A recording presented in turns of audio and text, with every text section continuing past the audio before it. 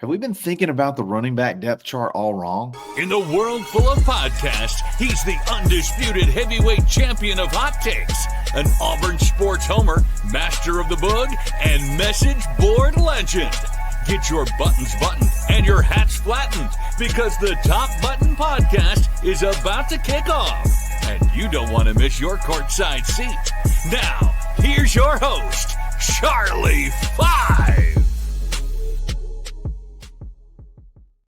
Yes, sir. We're back. It's another episode of the Top Button Podcast. I'm your host, Kyle Rush, a.k.a.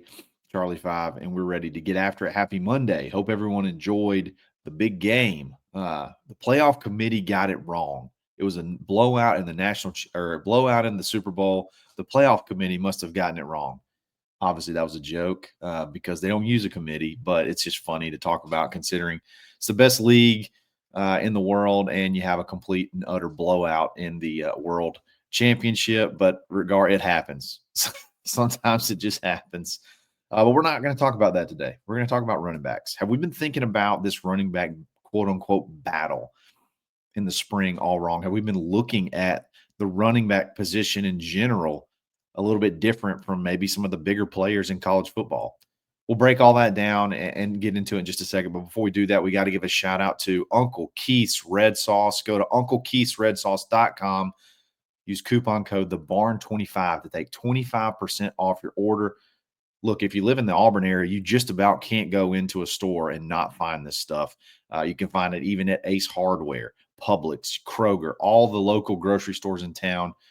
You should be able to find it. If you're tired of the same old tasting store-bought salsa, you need to give Uncle Keith's Red Sauce a try. No additives, no preservatives, just fresh product, locally made, and the biggest part of it all, Auburn family, Auburn guy, Auburn product. You can support them and show them some love. So definitely check them out. Uncle Keith's Red Sauce. It's good, y'all. So let's talk about running backs. I've been thinking about this a lot over the last couple of weeks, and as we creep a little bit closer to spring practice, a lot of the talk to me has been in questions. Hey, what is going to be the carry breakdown? Who's going to be the lead guy? Who's going to be this? Who's going to be that? And the more and more I look at college football in general and the direction it's going, and, even the NFL to some extent. Now, look, if you have a Saquon Barkley, that changes things. Okay. But for the most part, you're starting to see a lot more of the committee approach become just like sort of everybody does it. Like that sort of becomes like the ideal setup that no, if you can find that unicorn, if you can find that, get that one lead guy, sure, roll with it. But why not have two? Why not have two guys that can share the load, that can feed off each other and have success and have longevity? There's so many aspects to that. And I'm starting to wonder, is that sort of going to be maybe not even necessarily just the plan for this year, but maybe moving forward, do Auburn running backs go to more of a committee approach? Do you have to have a feature back to be successful? I don't think that's the case anymore. You just look at the national championship this year.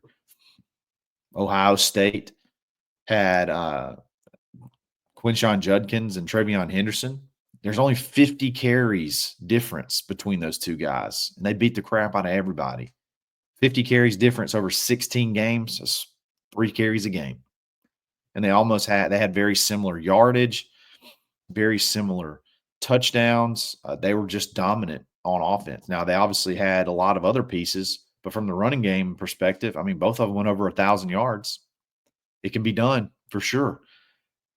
Notre Dame had Love and Price, only 43 carries difference between them over 16 games. So even less difference in carries per game. And both of those offenses, had a lot of success. Obviously enough success to get to the national championship.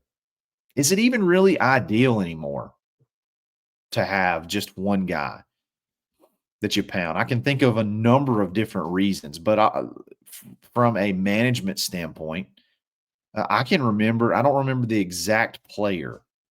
But there was a stretch there where we had Trey Mason, Cameron Artis-Payne, and Kerryon Johnson, and those guys, let's just be honest, they were running to the ground.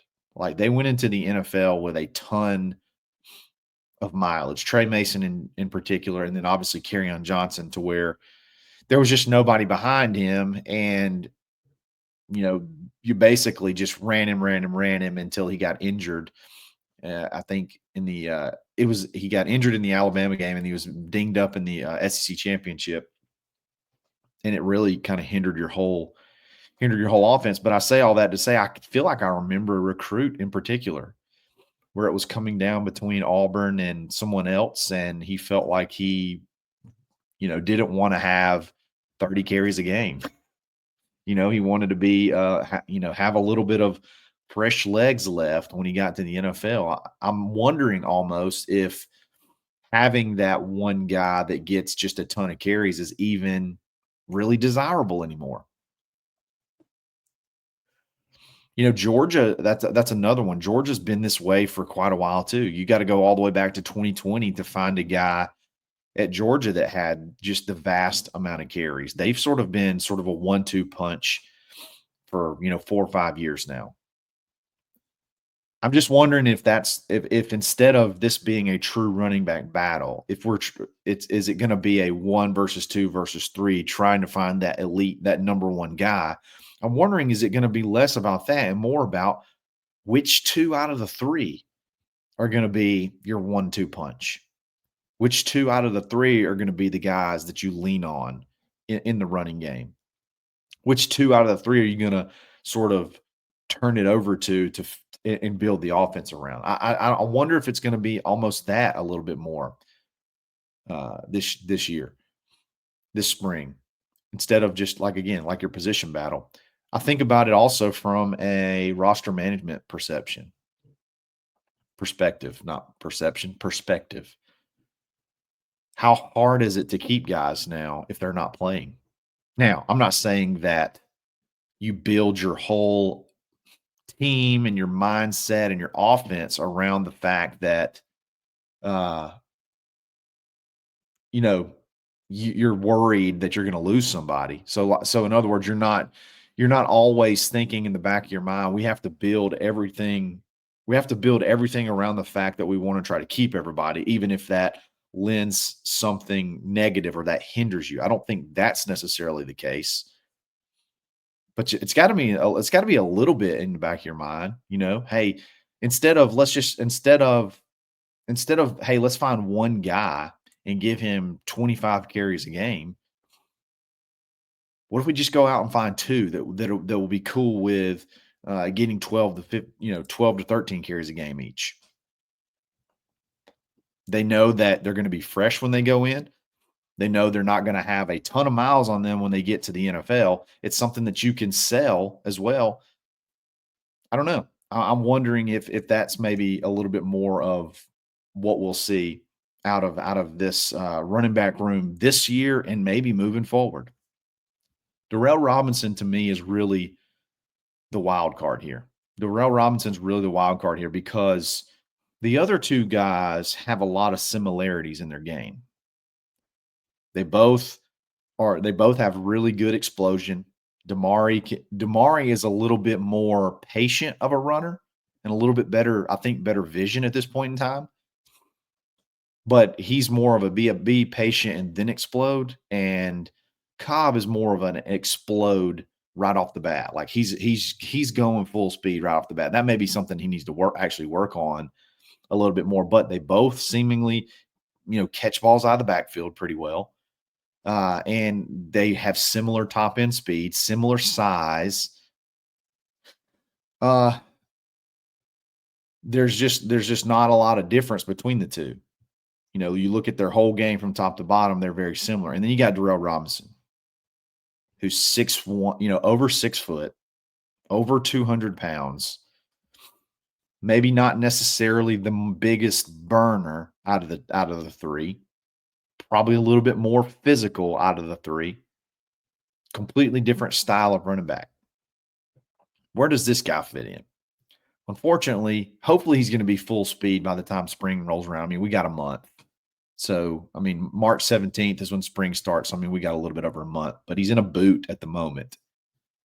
I think he's not on crutches, but he's in a boot, which is so if you're walking on it a little bit in a boot without crutches, that's typically a good sign. You're probably not too far away, but you want him to be full speed just so you can get the full money, so to speak, of what he can do because he's so different from the other two. How does that fit in? If it's the best two out of the three, does Durrell Robinson have a chance to slide in and be one of those two? And then, you kind of figure out what you do with the third. I don't know. Could it be to where, I mean, I hate to say this, but this is reality. If the two out of the three, the two out of the three sort of materialize, does the third one leave in the spring? There's just a whole lot of different directions this thing could go, and I'm just wondering if we've been thinking about things um, a little bit off. That's another thing. If you trying to go create a feature back, as easy as it is, it kind of speaks to roster retention. But as easy as it is to leave now, if you go try to find one feature back, um, what happens when the spring portal opens? If they don't feel like they see a light at the end of light at the end of the tunnel as far as playing time, what happens in the spring portal? Things could get a little tricky. I could not imagine being I could not imagine being like a Will Redmond or geez, Hugh Freeze in general, trying to figure out ways to get the max out of your team, but at the same time, always in the back of your mind has to be you have to be thinking strategically as far as roster retention goes. It's got to be maddening. It's got to be it's just got to keep you up at night. Did he get enough carries at practice? Oh, did we run that play that I had for him so that we make sure that he can see that he's going to be featured. He's going to be a part of things. It's just crazy. And then you throw the freshman in the mix. You only have one for spring, Alvin Henderson. But then when summer rolls around, you got a pretty sporty young guy who's already going to come in similarly built to these, at least three out of the four guys. Again, Durrell Robinson's the wild card. We don't have anybody like him on the roster. He's one of a kind as far as his physique and how he's put together. But you're gonna have four other running backs, all shorter in stature, but stocky guys. That seems to be sort of like the mold these days of what a elite running back is. They're shorter, but they're lower center of gravity, but they're just like little bowling balls. They can run, they can bounce off and shed tackles and take it to the house. What are these freshmen? What does their pathway look like? And I would say it's probably not much. There's not much unless you have several leave in the spring. There's just not a clear pathway to either one of those guys really getting ample snaps this coming up year, unless they just completely surprise everybody. I'm not sure that I see it. I really like what Auburn has. I really like the possibilities that a dual running back system sort of gives you. Always having somebody fresh. I mean, you look at the stats from last year, and Damari averaged over 5 yards a carry. He only had 52 carries, but he averaged over 5 yards a carry. That's very, very good. Jeremiah Cobb right at 5 yards a game. And some of that I just think is just because of experience, just because of the lack of carries and the development of the vision that it takes to be, successful, especially in sort of like a zone running scheme where you kind of got to be patient and there's not necessarily a designated gap that you're going to hit, like back when I played high school football. It was like, hey, run between the tackles, or this one's off the, run off the guard's hip, or this is a toss sweep. No, this is a lot more complex. You got to be a little bit patient. You got to be able to diagnose it and hit the hole and go. And I think that just takes time. That just takes time to develop. But man, oh man, the tools that both of these guys have, I think they could be a really good 1-2 punch. There are guys that you can put them in there, and really the only difference you'll be able to tell is the numbers on the jersey. I really think that. I really think they're that complementary of each other. You don't have to have one of those guys have 20 carries a game. I just don't think this offense is going to have that. But man, if you could have, 10 to 12 really fresh carries from both of them, you got something there. And then throw in whatever you get out of Durrell Robinson, if you can keep him on the roster as part of that sort of that 1-2-3 punch, and figure out where he fits. It's going to be an interesting spring. It's going to be an interesting spring to see how everything shakes out. I'd love to know your thoughts. Is it more ideal to have a committee approach, or would you rather see Auburn? I know Auburn tradition would probably lend itself to seeing, that feature back, that Carnell Williams, that Trey Mason, that Kerryon Johnson, that guy. I know that the committee approach probably is I say Carnell Williams, but hell, the best year that Auburn had, maybe arguably the best year in history, it was a committee approach. Now, granted, it was 2 first-rounders, so that makes it a lot easier. But I mean, I think tradition, you want to see Rudy Johnson, Stephen Davis, that those guys that are going to they're going to be your big time NFL feature backs, and they're going to get a pile of carries in a game. I just don't think that's going to be the style anymore. And definitely under Hugh Freeze, I don't think that's going to be the style. So it's going to be something we're going to have to get used to. But I think maybe if we learn how to adapt to it, I think it could be something fun and something beneficial, definitely for a lot of different reasons that I mentioned already. So let me get your thoughts. What do you think about the running back room in general? What do you think? What would be the ideal scenario that you would like to see? And who are the best? If it's a 2-man show, if it's a 2-man committee, which 2 out of the 3 do you think make the most sense? I'd love to hear it all. Let me know in the comments. I typically respond to every single one of them. Look, guys, there's just not a ton going on right now up until spring. So hang in there with us. We'll have some fun stuff to talk to, maybe have some guests and things like that to make it more interesting. But we're going to get after it, though, every single day. We're going to be here every single day. And don't forget to show some love to Uncle Keith's Red Sauce. Don't forget that coupon code if you want to order online. If you don't have a local store that you can get it, you can go online, get that red top, get that black top, whatever. Get the mixture pack. Get the pack where it's got both of them in there.